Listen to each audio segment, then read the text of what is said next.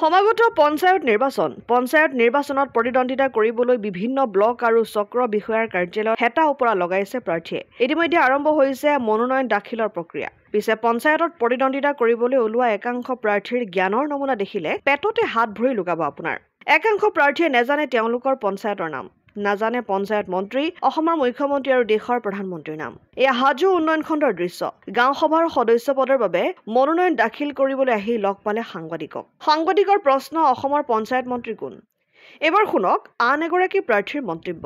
বাইদেৱে নেজানে অসমৰ মুখ্যমন্ত্ৰীৰ নাম, অসমৰ পঞ্চায়ত মন্ত্ৰী আৰু দেশৰ প্ৰধানমন্ত্ৰীৰ নামো নেজানে হেনো বাইদেৱে। কেনেকুৱা আশা এটা আছে আৰু আশা কাৰণে বহুত হেৰি কাৰণে। অসমৰ পঞ্চায়ত মন্ত্ৰী কোন জানেনে?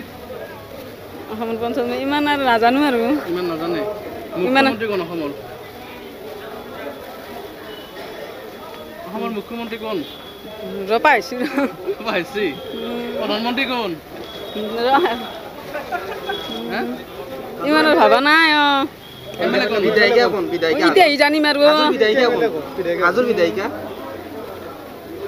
হাজো সমষ্টিৰ বিধায়িকা কোন? মই সুধিম কম ৰবা। মানুহ আছে নহয় মোৰ। আপুনি নাজানে? মই জানো পাৰিছো এতিয়া।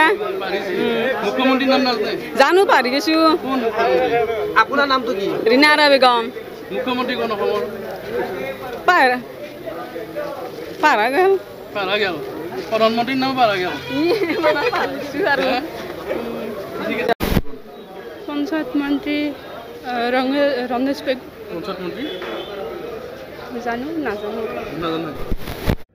এয়াই হৈছে একাংশ পঞ্চায়ত নিৰ্বাচনত অৱতীৰ্ণ হ'বলৈ ওলোৱা প্ৰাৰ্থীৰ জ্ঞানৰ নমুনা। এইসকলৰ প্ৰাৰ্থীয়ে নিৰ্বাচনত প্ৰতিদ্বন্দ্বিতা কৰি শক্তিশালী কৰিব পঞ্চায়তী ৰাজ ব্যৱস্থা।